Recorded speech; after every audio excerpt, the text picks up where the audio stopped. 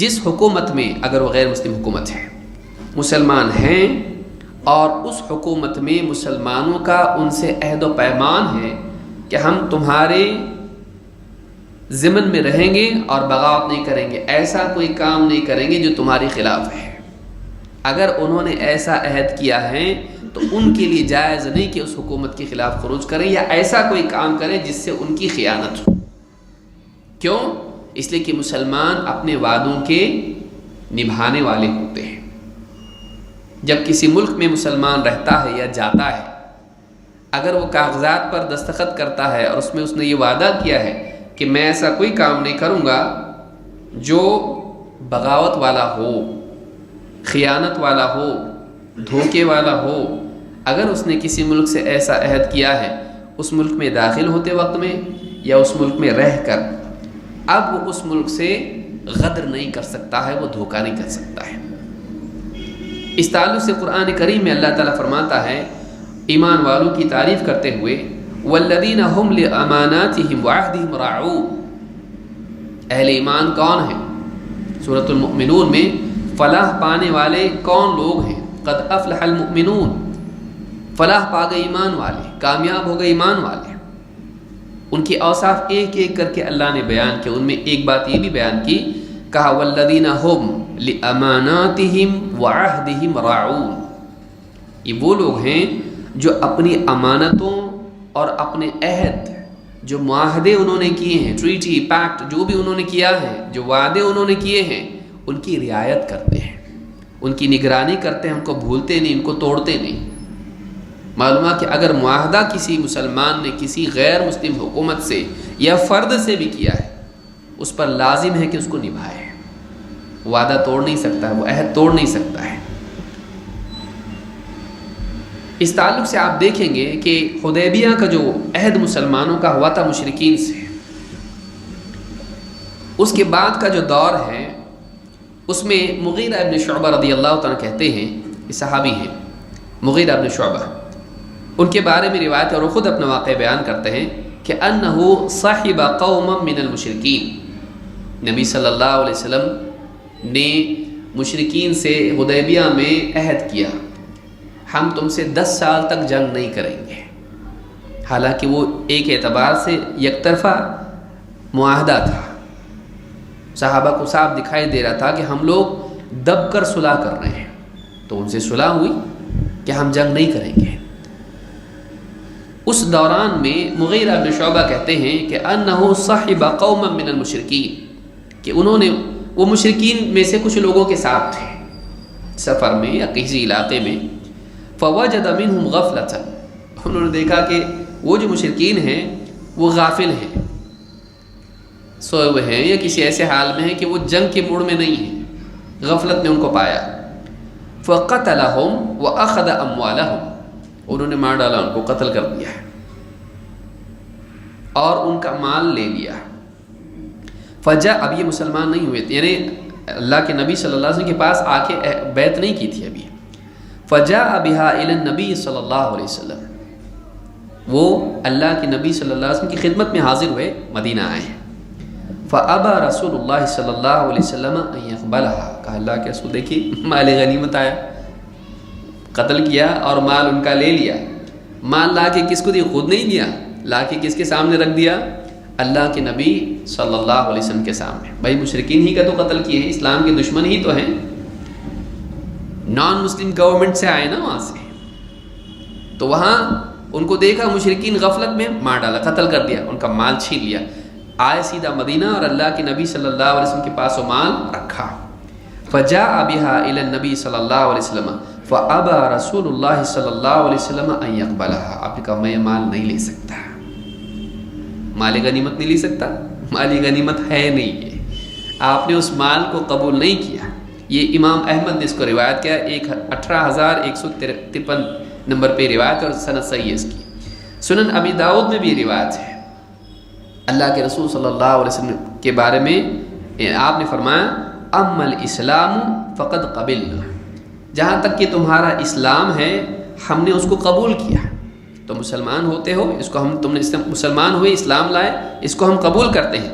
وَأَمَّا الْمَالُ فَإِنَّهُ مَالُ غَدْرٍ لَا حَاجَةَ لَنَا فِيهِ، لیکن یہ جو مال تمہارا ہے یہ غدر والا، دغا بازی والا مال ہے، ہم کو اس کی ضرورت نہیں ہے۔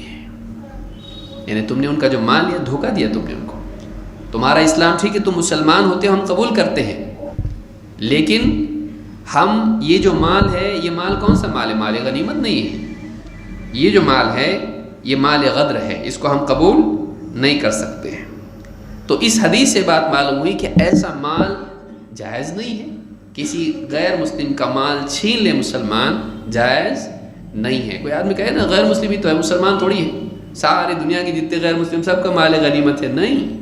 مسلمانوں کا معاہدہ ہوا تھا مشرکین سے، پھر تم اس کو قتل کر کے ان کا مال چھین رہے ہو، ایسا تمہارے لیے جائز نہیں، کیونکہ آپ نے اس کو نام کیا دیا؟ مال غدر ہے۔ مال غدر جائز، غدر ہی جائز نہیں ہے۔ غدر کا مطلب ہوتا ہے دغا بازی۔ وہ مشرکین جنہوں نے آپ کو مکہ سے نکالا، آپ کو اتنا ستایا، آپ کے خلاف جنگیں کی، لیکن اس کے باوجود جب ان سے معاہدہ ہوا ہے حدیبیہ میں، تو آپ نے کہا یہ مال جائز نہیں ہمارے، یہ غدر ہے۔ تو ایسا کرنا، تم نے جو ان کو قتل کیا، یہ کیا ہے؟ یہ تو نہیں بول سکتے نا کہ مارا وہ ٹھیک ہے، مال لیا وغیرہ، یہ بول سکتے آپ؟ وہ تو زیادہ برا ہے۔ جب اس کا مال ہی لینا جائز نہیں، تو جان تو اس سے زیادہ عظیم ہوتی ہے۔ ان کو جو قتل کیا وہ بھی صحیح نہیں ہے، ان کا مال لیا وہ بھی صحیح نہیں ہے۔ تم نے غدر کر کے ان کو قتل کیا، غدر کر کے تم نے ان کا مال چھینا، ہم ان کا مال قبول نہیں کر سکتے ہیں، ہم ان کا مال قبول کر سکتے ہیں نہیں، تم نے غدر کیا ان کے ساتھ میں۔ تو معلوم یہ ہوا کہ غیر مسلموں کے ساتھ میں اگر عہد ہو مسلمانوں کا، تو ان سے غدر کرنا جائز نہیں ہے۔ اللہ کے نبی صلی اللہ علیہ وسلم فرماتے ہیں المسلمون عند شروطهم ما وافق الحق من ذلك، مسلمان اپنی شرطوں کے مطابق ہیں، اسی کے مطابق ان کا محاسبہ ہوگا، اسی کے مطابق ان کو چلنا پڑے گا۔ المسلمون عند شروطهم، مسلمان اپنی شرطوں پر پرکھے جائیں گے، یا ان کے مطابق ان کو وفا کرنی پڑیں گی، اپنی شرطیں پڑیں گی۔ ہاں ما وافق الحق من ذلك، ہاں وہی شرطیں جو حق کے مطابق ہوں۔ ایسی کوئی شرط مسلمان آپس میں بھی طے نہیں کر سکتے، غیر مسلموں سے بھی طے نہیں کر سکتے۔ مثلا ایسی شرط کہ دو مسلمان کہیں کہ ہم سود لیں گے دیں گے، کر سکتے ہیں؟ بولے ڈیل تو ہوگی دونوں کے درمیان، اب وعدہ تو کر دیا، پورا کرنا پڑے گا۔ تو آپس میں تجارت میں شرط ایسی رکھی گئی جو حرام ہے، تو کیا ہم ایسی شرط پوری کر سکتے ہیں؟ نہیں۔ ما وافق الحق من ذلك، جو حق کے موافق ہو وہی شرط ان کو ایک دوسرے سے پوری کرنی پڑے گی۔ اگر شرط تھی دونوں کی تو اس کو اس کے مطابق جانچا پرکھا جائے گا، اس کا یعنی ذمہ اس کے اوپر ہوگا۔ دو مسلمانوں نے یا کسی مسلمان نے کسی غیر مسلم سے تجارت میں کوئی معاہدہ کیا، یا مسلمانوں نے آپس میں معاہدہ کیا، تو اس شرط کو پورا کرنا کیا ہوا اب؟ لازم۔ جیسے آپ دیکھیں حدیبیہ میں آپ نے شرط طے کی تھی کہ تمہارے پاس سے کوئی آدمی آئے گا ہم کو دینا پڑے، نہیں تمہارے پاس سے آئے گا ہم نہیں دیں گے، ہمارے پاس سے آئے گا تم کو واپس دیں گے، لیکن تمہارے پاس سے آئے گا تم کو واپس دے دیں گے، لیکن تمہارا آدمی تم نہیں دو گے۔ اس پر دونوں کا معاہدہ ہوا تھا، تو آپ صلی اللہ علیہ وسلم نے اس کو پورا کیا۔ ابو جندل رضی اللہ تعالیٰ آئے تھے، آپ کو دینا پڑا واپس۔ غیر مسلموں سے بھی شرط پوری کی، جب ان سے شرط رکھی، لکھا جا رہا ہے، ابھی لوگوں نے کہا کہ کم سے کم اس کو تو چھوڑ دو، ابھی تو پورا معاہدہ ہوا بھی نہیں۔ انہوں نے کہا نہیں، ہم کو واپس دینا پڑے گا، ورنہ ختم بات، آپ کو دینا پڑا ان کو واپس۔ تو آپ سوچئے کہ ان سے آپ نے معاہدے کو پورا کیا۔ آپ نے فرمایا المسلمون عند شروطهم فيما احل، مسلمان اپنی شرطوں کے مطابق ہیں، یعنی انہیں پورا کرنا پڑے گا فیما احل، جو حلال ہو۔ ایسی کوئی شرط نہیں کر سکتے جو حرام کو حلال کرے، حرام میں شرط پوری نہیں کر سکتے ہیں۔ امام الطبرانی نے اس کو روایت کیا اور امام حاکم نے بھی، اور صحیح الجامع الصغیر میں ان دونوں حدیثوں کو شیخ الالبانی نے کہا کہ یہ صحیح ہے۔ امام البخاری نے بھی اس کو ذکر کیا صحیح بخاری میں کتاب الاجارہ میں، لیکن تعلیقاً اس کو ذکر کیا ہے المسلمون عند شروطهم۔ امام شافعی کا ایک عجیب قول ہے۔ امام شافعی نے اپنی کتاب الام میں جلد نمبر 4 صفحہ نمبر 263 پر ایک بات کہی ہے۔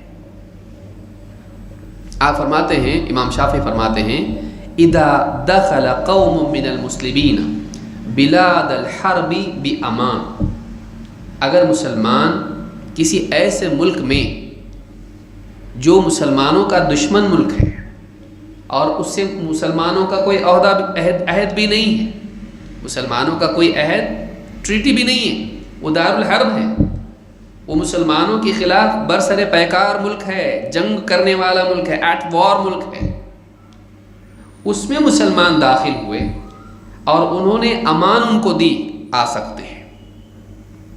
مسلمانوں کی جنگ ہے کسی ملک سے، لیکن کچھ مسلمان اس ملک میں گئے اور اس ملک والوں نے، حاکم نے ان کو آنے کی اجازت دی، امان دیا، آ سکتے تم لوگ، تمہاری جان مال محفوظ رہے گی ہمارے پاس، ہم تم کو قتل نہیں کریں گے، امان سے داخل ہوئے۔ فَالْعَدُوُّ مِنْهُمْ آمِنُونَ إِلَىٰ أَن يُفَارِقُوهُ أَوْ يَبْلُغُوا مُدَّةَ أَمَانِهِمْ، کہتے جو اس ملک میں جو مسلمان کا دشمن ملک ہے، یہ جو داخل ہوئے ہیں وہ جو دشمن ہے، جب تک کہ وہ واپس باہر نہیں نکلتے اس ملک میں سے، یا مسلمانوں کے جو یعنی امان کی جو مدت ہے، جتنا مدت انہوں نے دی ان کو، تب تک اس کے دشمن بھی ان سے امن میں رہیں گے۔ امان کی جو مدت ہے جب تک ختم نہیں ہوتی ہے، یا جب تک کہ وہ باہر نہیں نکلتے ہیں، تب تک کہ ان کا جو دشمن ہے ان سے امن میں رہے گا۔ وَلَيْسَ لَهُمْ ظُلْمُهُمْ وَلَا خِيَانَتُهُمْ، اور مسلمانوں کے لیے جائز نہیں ہے کہ ان پر ظلم کریں یا ان سے خیانت کریں، جا کے کسی غیر مسلم ملک میں امان لیے اور جا کے وہاں پہ لوگوں پر ظلم کرنے لگ گئے، نہیں کر سکتے مسلمان، ان کے لیے جائز نہیں ہے۔ تو اگر کوئی غیر مسلم مسلمانوں کا دشمن ملک مسلمانوں کو امان دیتا ہے، ظاہر بات ہے ڈاکومنٹیشن تو ہوگا نا وہاں پہ کچھ، اگر امان لے کر داخل ہوتے ہیں تو وہاں رہ کر وہ ان کے خلاف سازش ظلم نہیں کر سکتے ہیں، جب تک کہ وہ باہر نہ آ جائیں، جب تک ہے ان کے لیے امان باقی رہے گی۔ اللہ کے نبی صلی اللہ علیہ وسلم فرماتے ہیں من امن رجلا علی دمہ فقتلہ فانا بریء من القاتل وان کان المقتول کافرا، جو مسلمان کسی کو امان دے، بھائی تم مجھ سے سیف ہو، میں تم کو قتل نہیں کروں گا، امان دے اس کو، اس کے بعد اس کو قتل کر ڈالے، اپنی طرف سے امن کا وعدہ کر کے پھر اس کو قتل کر ڈالے، فَأَنَا بَرِيءٌ مِّنَ الْقَاتِلِ، تو آپ نے فرمایا میں قاتل سے بری ہوں۔ اللہ کے نبی صلی اللہ علیہ وسلم کہہ رہے میں اس سے بری ہوں، میرا اس کا کوئی لینا دینا نہیں، میں اس کی ذمہ داری نہیں لے سکتا۔ انا بریء من القاتل وان کان المقتول کافرا، چاہے جس کو اس نے قتل کیا ہے مسلمان نے وہ کافر کیوں نہ ہو۔ کسی کافر کو کہا کہ بھائی تم کو میں قتل نہیں کروں گا، اپنا دونوں کا کوئی جھگڑا نہیں، ختم، تم کو مجھ سے کوئی خطرہ نہیں، ٹھیک، اب اس کے بعد دھوکے سے مار ڈالا اس کو۔ اگر ایسا کرتا ہے تو کیا کہا کہ میں اس سے بری ہوں، چاہے جس کو قتل کیا ہے وہ کافر کیوں نہ ہو۔ امام نسائی نے اس کو روایت کیا اور صحیح الجامع صغیر میں حدیث نمبر 6103 پر شیخ البانی کہتے ہیں کہ حدیث صحیح ہے۔